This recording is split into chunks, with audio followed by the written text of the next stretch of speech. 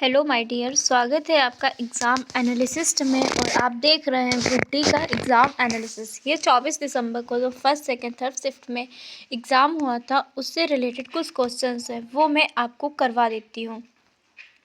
24 जून 2025 को मनाए गए 11वें अंतर्राष्ट्रीय योग दिवस की आधिकारिक थीम क्या है? तो एक पृथ्वी और एक स्वास्थ्य के लिए योग।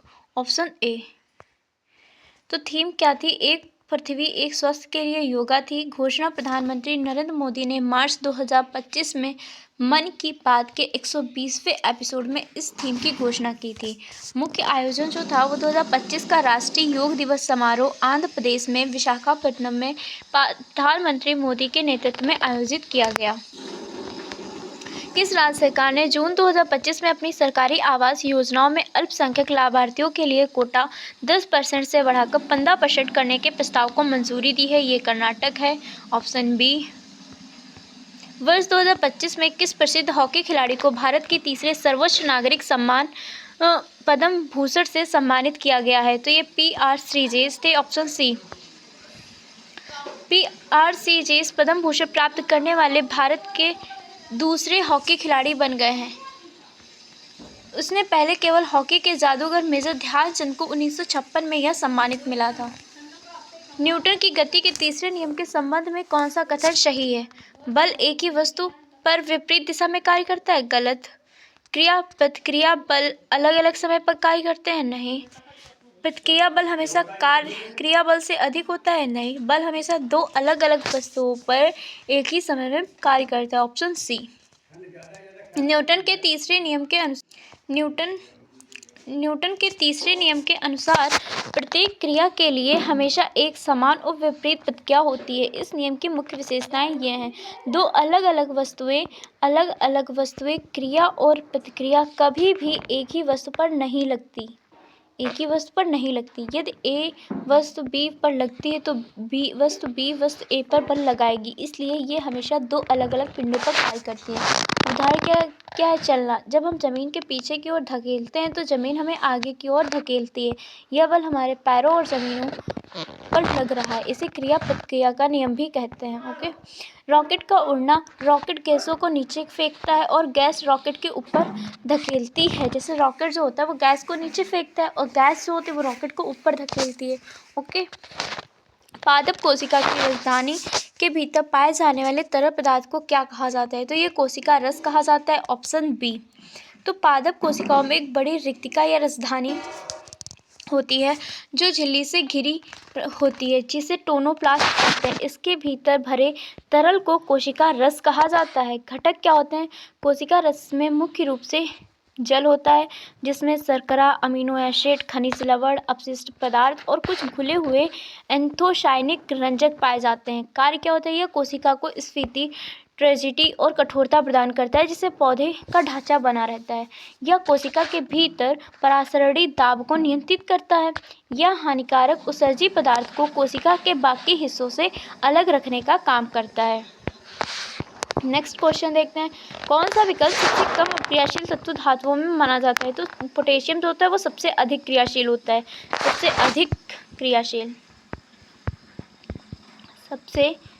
अधिक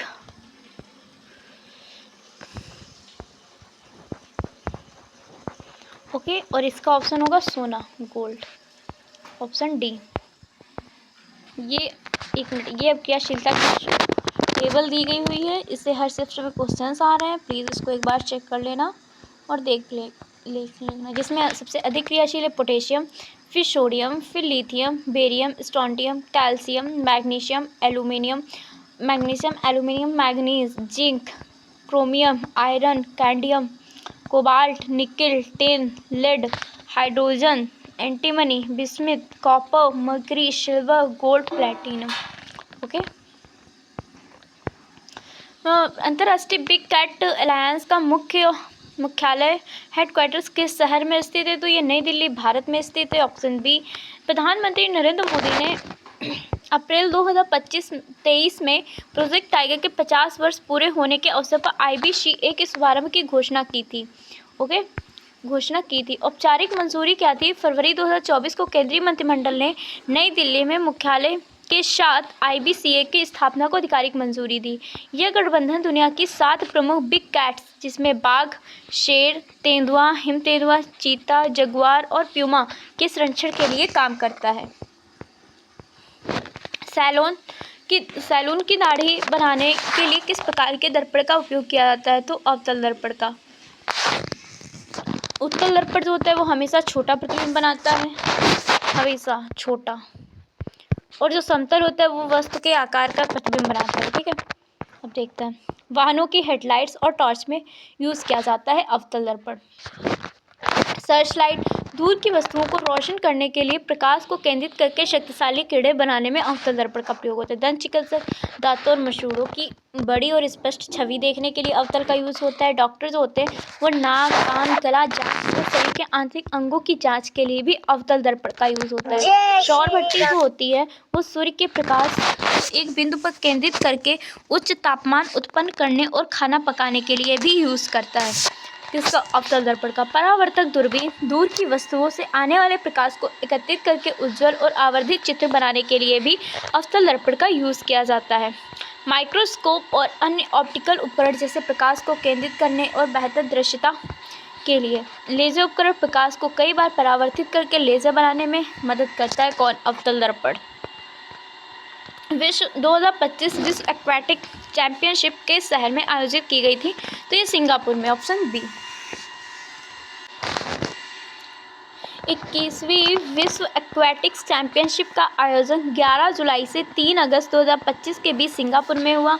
अगला आयोजन जो है वो 2027 की विश्व एक्वेटिक्स चैंपियनशिप बुडापेस्ट, हंगरी में आयोजित की जाएगा। ओके, फिर 2025 की एशियाई एक्वेटिक्स चैंपियनशिप जो है वो अहमदाबाद शहर में वीर सावरकर स्पोर्ट्स कॉम्प्लेक्स में आयोजित की गई थी, जो 28 सितंबर से 11 अक्टूबर 2025 तक चली।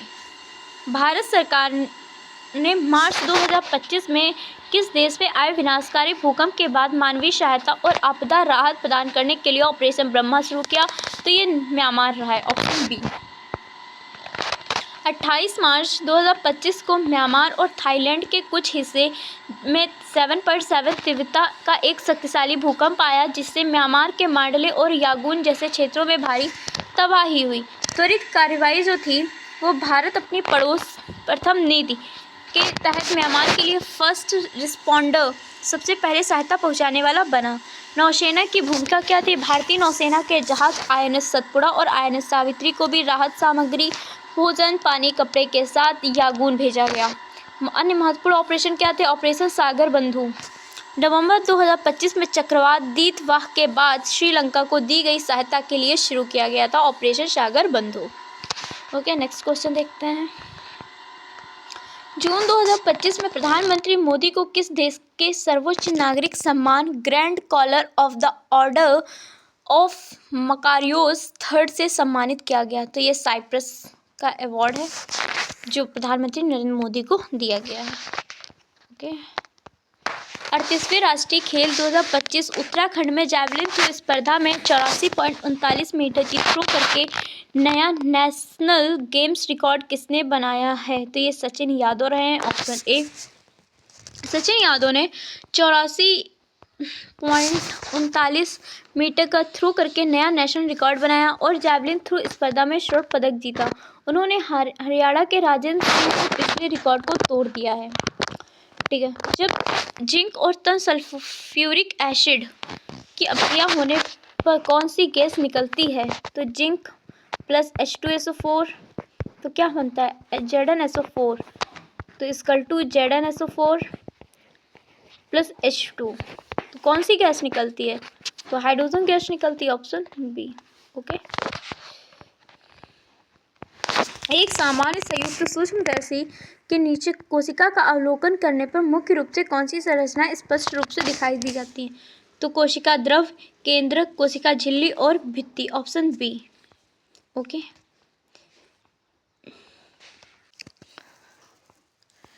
जब हम प्रयोगशाला में प्याज की झिल्ली या गाल की कोशिकाओं को संयुक्त रूप से सूक्ष्मदर्शी के नीचे देखते हैं तो हमें मुख्य रूप से 3 भाग दिखाई देते हैं। कोशिका झिल्ली या भित्ति, जिसे कोशिका की बाहरी सीमा कहते हैं। केंद्रक, एक गहरा गोलाकार बिंदु जो कोशिका के नियंत्रण केंद्र के रूप में दिखता है। फिर कोशिका द्रव्य आता है, वह जैली जैसा पदार्थ जो झिल्ली और केंद्रक के बीच के स्थान को भरता है। ओके, फिर कोशिकांग क्यों नहीं दिखते? तो माइटोकॉन्ड्रिया, गोल्जी उपकरण और राइबोसोम जैसे सूक्ष्म कोशिकांग इतने छोटे हैं कि उन्हें देखने के लिए इलेक्ट्रॉन सूक्ष्मदर्शी की उच्च आवर्धन क्षमता की आवश्यकता होती है। सामान्य सूक्ष्मदर्शी में केवल धुंधले कणों की तरह दिख सकते हैं या बिल्कुल नहीं दिखते हैं। रंजन क्या होता है? इन भागों को स्पष्ट देखने के लिए आयोडीन या सेफ्रोनिन जैसे रसायनों का उपयोग किया जाता है, जिससे केंद्रक गहरा रंग सोख लेते हैं और साफ नजर आता है। गैसों के अणु परमाणु की तीव्र गति और उनके बीच रिक्त स्थान के कारण एक गैस का दूसरी गैस के साथ स्वतः मिल जाना क्या कहलाता है? तो ये विसरण कहलाता है, ऑप्शन बी। अब देखते हैं इसमें क्या होता है कि प्रक्रिया क्या होती है विसरण की। तो विसरण वह प्रक्रिया है जिसमें पदार्थ के कण अपने उच्च सांद्रता वाले क्षेत्र से निम्न सांद्रता वाले क्षेत्र की ओर स्वतः गति करते हैं। जैसे गैस के कण बहुत तेजी से गति करते हैं, उनके बीच बहुत अधिक खाली स्थान रहता है, जिससे उच्च गतिज ऊर्जा के कारण वे जल्दी दूसरे पदार्थ के कणों के बीच फैल जाते हैं। जैसे रसोई में बन रहे खाने की गंध या इत्र की खुशबू को तेजी से पूरे कमरे में फैल जाना विसरण का सबसे अच्छा उदाहरण है। तापमान का प्रभाव कैसे पड़ता है? तापमान बढ़ने पर कणों की गति और तेज हो जाती है, जिससे विसरण की दर भी बढ़ जाती है। अब वाष्पन क्या है? वाष्पन जो होता है वो द्रव की सतह से कणों का गैस में बदलना वाष्पन कहते हैं। संघनन क्या होता है? गैस का ठंडा होकर द्रव में बदलना। उत्पादन ठोस के बिना द्रव बिना सीधे गैस में बदलना, जिसमें इसमें ऑप्शन एग्जाम्पल क्या आता है? Kapoor. Okay, next question. Hypermetropia दूर दृष्टि दोष से पीड़ित व्यक्ति के साथ निम्नलिखित में से क्या होता है? व्यक्ति पास की वस्तुओं को स्पष्ट देख सकता है लेकिन दूर की नहीं। देखो, दूर दृष्टि दोष में क्या होता है? वो दूर का देख लेगा लेकिन पास का नहीं देख पाता है। जैसे व्यक्ति दूर की वस्तुओं को स्पष्ट देख सकता है लेकिन पास का नहीं, ऑप्शन बी सही हो जाएगा। इसके लिए मतलब जब दूर दृष्टि को मतलब इलाज के लिए कौन सा लेंस यूज होता है? तो यहाँ पे उत्तल लेंस यूज होता है, उत्तल। ठीक, ये भी याद रखना, उत्तल लेंस। हाइपरमेट्रोपिया में व्यक्ति की दूर की चीजें तो साफ दिखाई देती हैं लेकिन पास की वस्तुएं धुंधली दिखाई देती है। इसका निकट बिंदु 25 सेंटीमीटर से दूर हट जाता है। कारण क्या होता है? इसके दो मुख्य कारण हो सकते हैं। अभिनेत्र लेंस की फोकस दूरी का बहुत अधिक हो जाना, नेत्रक गोलक का छोटा हो जाना, जिसके कारण पास की वस्तुओं का प्रतिबिंब रेटिना पर ना बनकर रेटिना के पीछे बनता है। निवारण क्या होता है? इस दोष को दूर करने के लिए उपयुक्त क्षमता वाले उत्तल लेंस के चश्मे का यूज किया जाता है। इस लेंस के प्रकाश की किरणें अपसारित कर देता है, जिससे प्रतिबिंब सही स्थान पर बनने लगता है। इसके विपरीत निकट दृष्टि दोष के व्यक्ति को साफ का दिखता है पर दूर का नहीं दिखता, और इसके लिए अवतल लेंस का यूज होता है। अवतल लेंस, ओके, अवतल लेंस का। अंडाशय से निकलने के बाद अंडाणु और गर्भाशय तक अंडाशय को फिर क्या होता है कि अंडाशय से निकलने के बाद अंडाणुओं को गर्भाशय तक कौन पहुंचाता है? तो ये डिपोवाहिनी नलिका या फ्लोपियन ट्यूब कहते हैं। ओके, अब नेक्स्ट। जब लोहे की कील को कॉपर सल्फेट के नीचे विलयन में डाला जाता है तो कील और विलयन के रंग पर क्या प्रभाव पड़ता है? तो विलयन का जो नीला रंग है वो फीका पड़ जाता है और कील भूरी हो जाती है। तो ऑप्शन सी हो जाएगा। ठीक है, यही सब दिया हुआ है।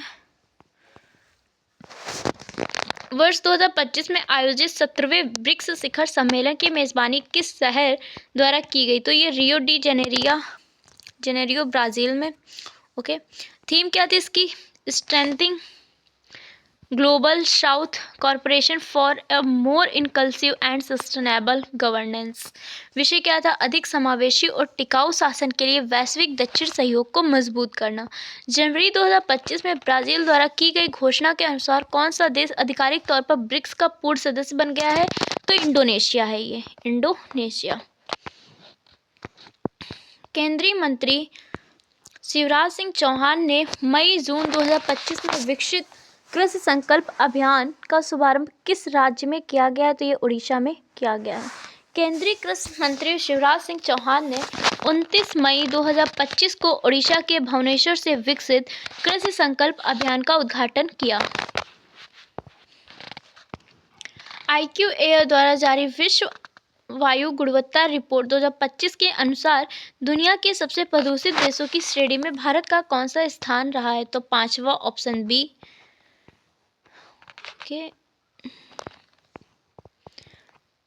चुंबकीय क्षेत्र रेखाओं का एक दूसरे के बहुत निकट होना चुंबकीय क्षेत्र के किस गुण को दर्शाता है? चुंबक की गति की दिशा नहीं, चुंबकीय ध्रुव का विस्थापन नहीं, विद्युत धारा का परिमाण नहीं, चुंबकीय क्षेत्र की तीव्रता और प्रबलता। ऑप्शन बी सही है।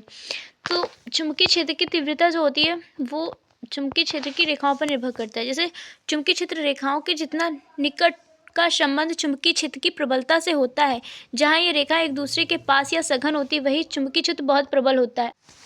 फिर क्या होता है, ध्रुवों पर स्थित जो होती है वो चुंबक के ध्रुवों पर चुंबकीय बल रेखाएं सबसे अधिक निकट होती हैं, इसीलिए ध्रुवों पर चुंबकीय आकर्षण बल सबसे अधिक तीव्र होता है। ओके, नेक्स्ट क्वेश्चन देखते हैं। यदि 220 वोल्ट का विभवांतर का एक उपकरण 1100 किलोवाट बिजली की खपत करता है तो परिपथ में प्रवाहित होने वाली विद्युत धारा का मान क्या होगा? तो विद्युत धारा का जो मान होता है वो P/V होता है। ओके, P दिया है 1100 किलोवाट, इसको बदलेंगे वाट में तो ये 1000, और ये हुआ 220, ये जीरो से यहाँ पे जीरो गया, 11 दूनी 22, 2 50, तो कितना हुआ 50 एम्पियर। Option C. ओके, संतृप्त हाइड्रोकार्बन जैसे कि अल्केन में कार्बन परमाणुओं के बीच किस प्रकार का रासायनिक बंध पाया जाता है? तो एकल बंध पाया जाता है। द्विबंध एल्कीन में एल्कीन, और ट्रिपल बॉन्ड जो होता है वो एल्काइन में पाया जाता है, एल्काइन।